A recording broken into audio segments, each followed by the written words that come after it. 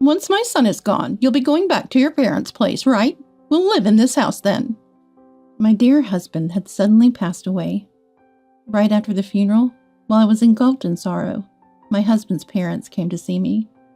Even though it's not much, this house is filled with memories of living with my husband. Why do I have to leave? But mother-in-law, without a moment's pause to let me wipe my eyes, bluntly said that. My name is Susan. I'm an administrative worker at a real estate agency.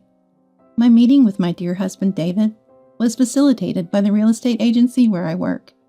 David was the brother of my male colleague Michael, and they were very close. Since their workplaces were near, David often visited. As I worked in the same administrative role, I grew close to Michael, who would later become my brother-in-law. This connection led to Michael introducing me to David. Gradually, David and Michael started inviting me for lunch, and we began spending more time together. I thought of David as a cheerful, nice guy with whom I shared a lot in common, but I hadn't seen him in a romantic light. I assumed he felt the same, until one day when everything changed. We were supposed to meet at a restaurant Michael had reserved, but he had a sudden emergency and couldn't make it. It seemed wasteful to cancel the reservation, so for the first time, it was just the two of us. I later found out that this was arranged by the brothers, with Michael conspiring to give David and me some alone time. The food was delicious, and our conversation flowed. We quickly became close, discussing our backgrounds and values. The more I learned about David's inner self, the more I was drawn to his warm smile. This day marked a turning point in our relationship. It didn't take long for us to get married. I have Michael to thank for making this happen. In that sense, and in future events, I can't thank Michael enough. Then came the day of the family meeting with my in-laws. Feeling anxious, I was met by my in-laws with great warmth and kindness. Their caring and considerate conversation eased my nerves. I'm so glad you could come. We've been looking forward to meeting you, Susan. I've cooked a lot, hoping today would be a special day. Mother-in-law Emily said, taking great care of me. My in-laws, like their eldest son David, were independent and very approachable. I was relieved and grateful for the enjoyable time at my in-laws. Our interactions continued, and they always supported our happiness, never imposing their views on marriage or children. Eventually, the topic of living together at the in-laws came up, but we had plans to build our own home. In fact, my grandfather left a house for me. My in-laws listened intently and nodded.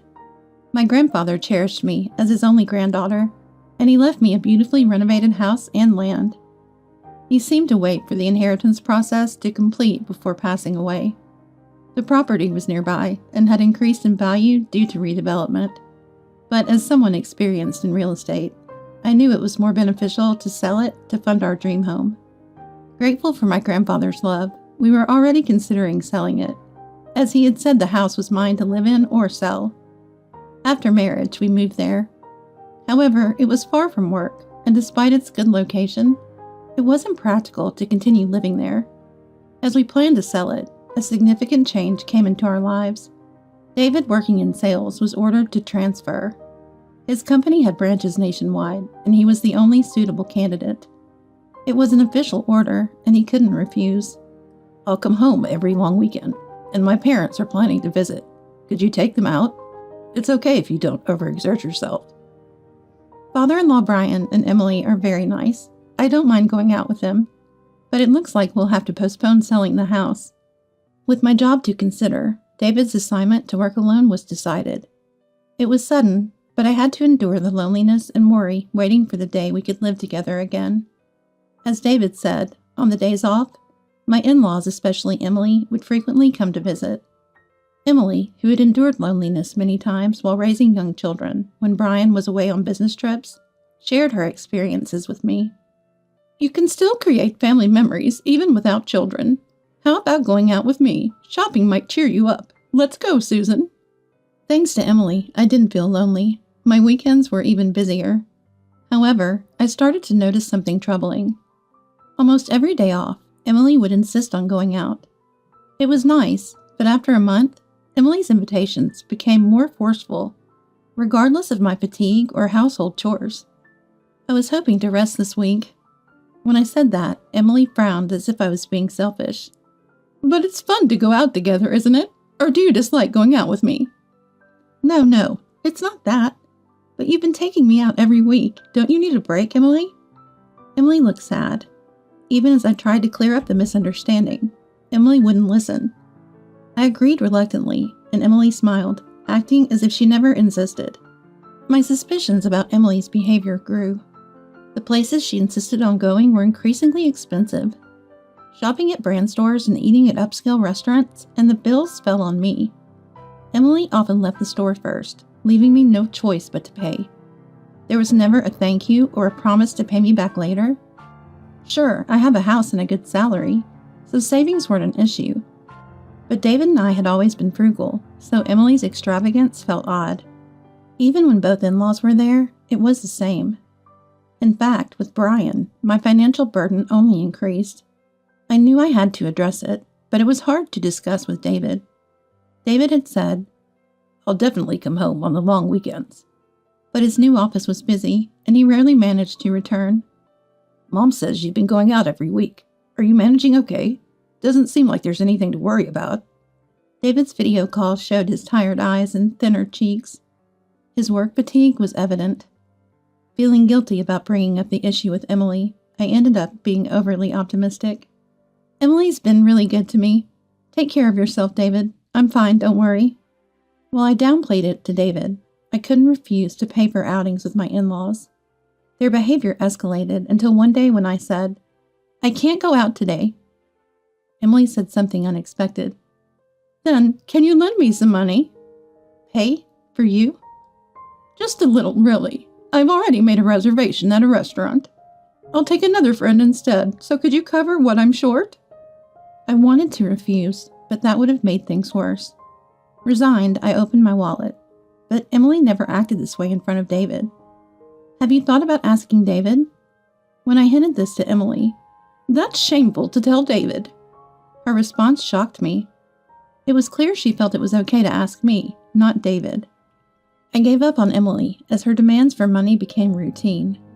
At least giving her some pocket money, she stopped dragging me out. I knew it was a big problem, but my attempts to communicate with Emily were exhausting. Her behavior became more bizarre. She'd show up unannounced, inspecting the inside and outside of the house, making me feel like my privacy was invaded. "Is this from your grandfather, Susan? This furniture?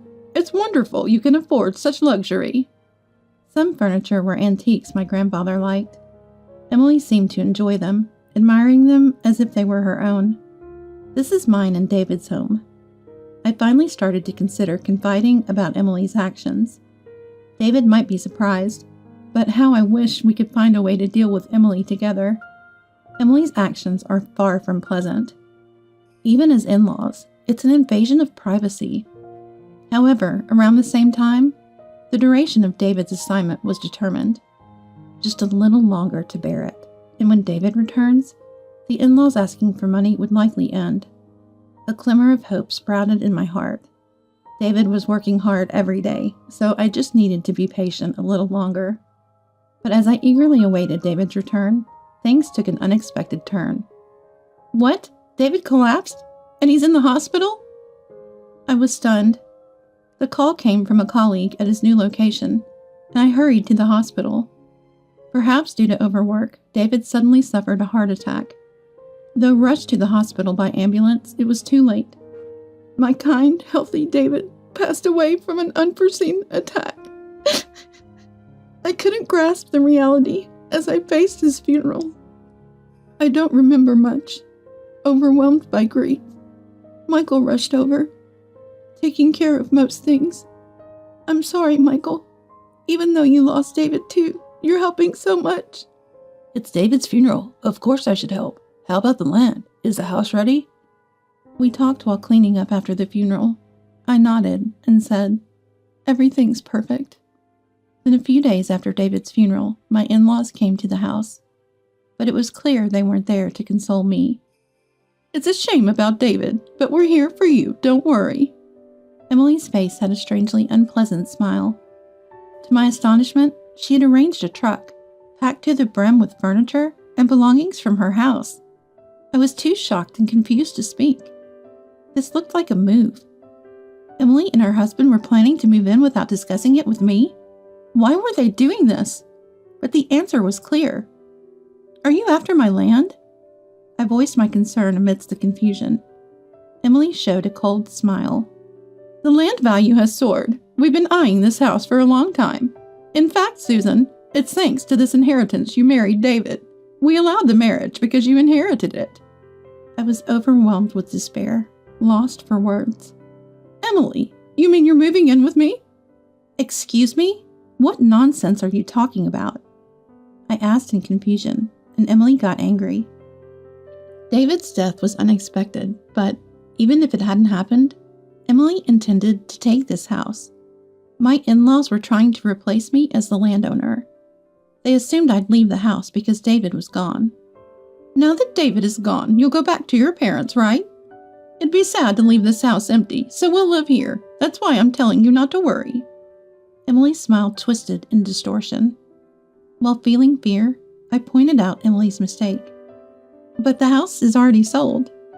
I restrained my laughter at Emily's misunderstanding, but couldn't hide my unpleasant smile. Emily, in turn, huh? Froze. Just then, a different moving company's truck arrived. Sorry, we're here to deliver to this house. A burly mover came down, speaking to us due to the confusion of another truck being present. Emily's movers also came down. Realizing something was amiss due to the arrival of the other truck, they looked bewildered. Both in-laws were flustered and incoherent. Arguing with everyone wouldn't resolve anything. Seeing my in-laws in panic, I began to regain my composure. Then I promptly gave instructions to move the truck. This house has already been sold, and the contract finalized. A new family is moving in, so you can't bring their belongings into someone else's house, right? As the movers were astonished, a luxurious car pulled up. Out came a wealthy-looking couple and their children. In fact, the land was no longer mine. They were the new owners. My in-laws were increasingly confused, unable to comprehend what was happening. Please move the truck quickly. The new occupants can't start their work. Somehow, I managed to get Emily's truck moved, and the movers immediately began their work, efficiently transporting brand new furniture according to the planned procedure. Emily and her husband, unable to accept this, started to persistently pester me at the entrance. The occupants, realizing the situation, took their family back to the car and then came over to confront us. Who are you? We bought this house. Please let the truck go soon. I hadn't expected my in-laws to visit, so I apologized repeatedly to reassure the new owners. But Emily and her husband didn't leave. They pushed past us and barged into the house. Of course, the house had completely changed from what they knew.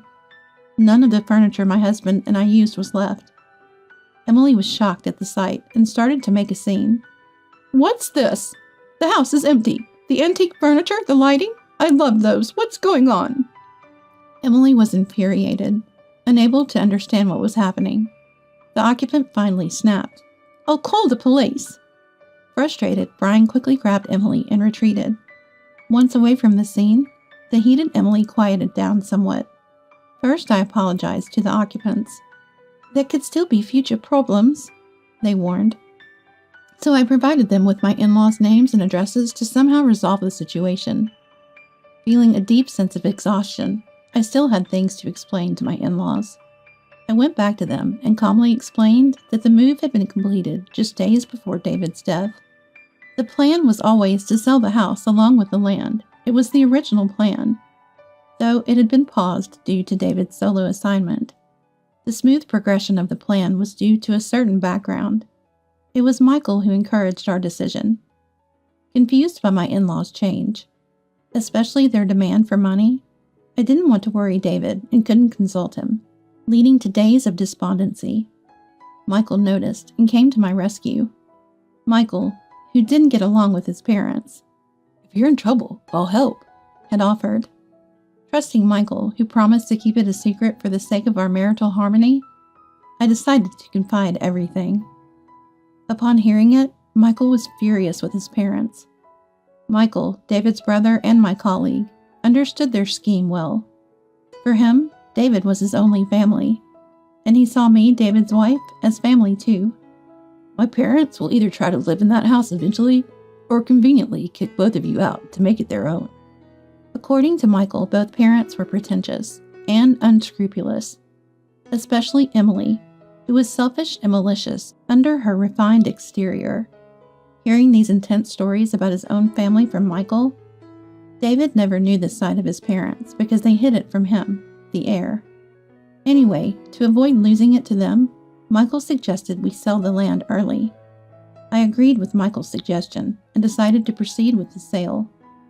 Even though it was a valuable inheritance from my grandfather, I didn't want it to become an obstacle for us. Rather, because it was important, I didn't want to leave any troubles. Of course, it wasn't a decision made on my own. I had discussed it with David while he was alive and had his agreement. At that time, David learned about all his parents' actions. Though I didn't want to tell him, I couldn't complete the sale alone. But David understood why I couldn't consult him and condemned his parents' actions.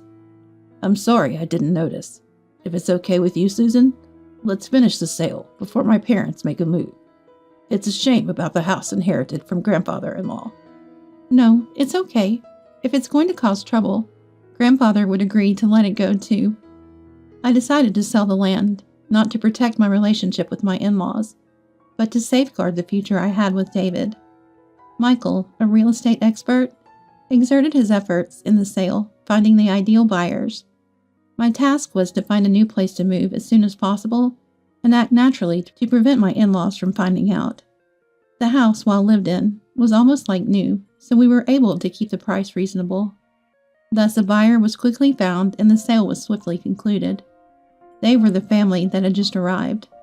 Originally, I had planned to wait in our new home for David's return. David was pleased about the sale, so it was only regrettable he wasn't here. The movers efficiently transported the furniture. The evicted in-laws watched from a distance as the move continued smoothly. They stood dumbfounded for a while, but that couldn't last forever. The movers they had hired, angry and confused, demanded an explanation. From their perspective, the booking mistake was inconceivable. I can't believe this is happening. It's a breach of contract. They questioned my in-laws, who in their panic struggled to explain.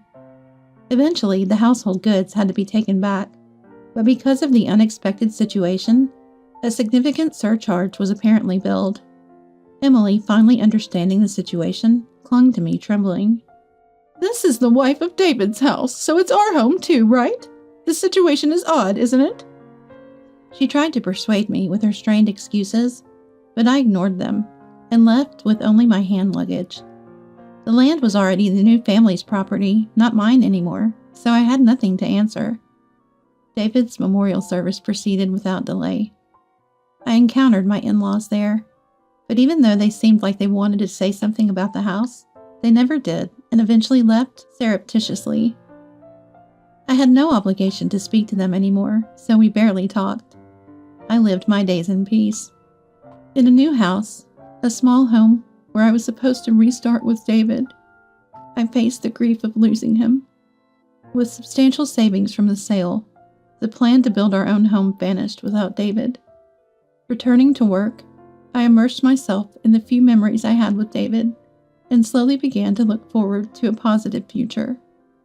Meanwhile, my in-laws, especially Emily, must have been accumulating unresolved grievances. I didn't want any more involvement with them, so I didn't inform them of my new residence. Unable to interact with me, Emily's frustration only grew. She had always pretended in front of David, and now couldn't turn to Michael, whom she didn't get along with. Not knowing my whereabouts added to her stress, which kept piling up until Emily lost her balance. One night, Emily committed a heinous act by pouring gasoline around the sold house. Fortunately, a passing neighbor, sensing something amiss, apprehended her before anything worse could happen. After being reported to the police and found with the old paper and a lighter, Emily was arrested for attempted arson. The new occupants, furious upon learning she was the woman who had intruded on moving day, angrily insisted on pressing charges, contacting me as well. I apologized profusely, but it was for the terrifying experience they almost had, not for Emily's attempted arson. In the end, Emily couldn't escape legal action due to her obsession with the house. I managed to be forgiven after repeated apologies, promising such an incident would never happen again. Emily, who had grown up in luxury and always had whatever she wanted, became frustrated when she couldn't have the house. That's why, I want that house! This unfulfilled desire turned into distorted jealousy. Unable to let go of the house and land, she resorted to crime and eventually ended up in prison. Brian, who should have been her support, ended their marriage in a dispute following her arrest. So when her sentence was over, Emily had no home to return to. But that was the outcome of her own actions. Michael, lonely after losing David, said, "Susan, having you makes it bearable." Though my relationship with my in-laws was severed, I hadn't lost my entire family. For David, who I believed was watching over me from heaven, I resolved to live peacefully.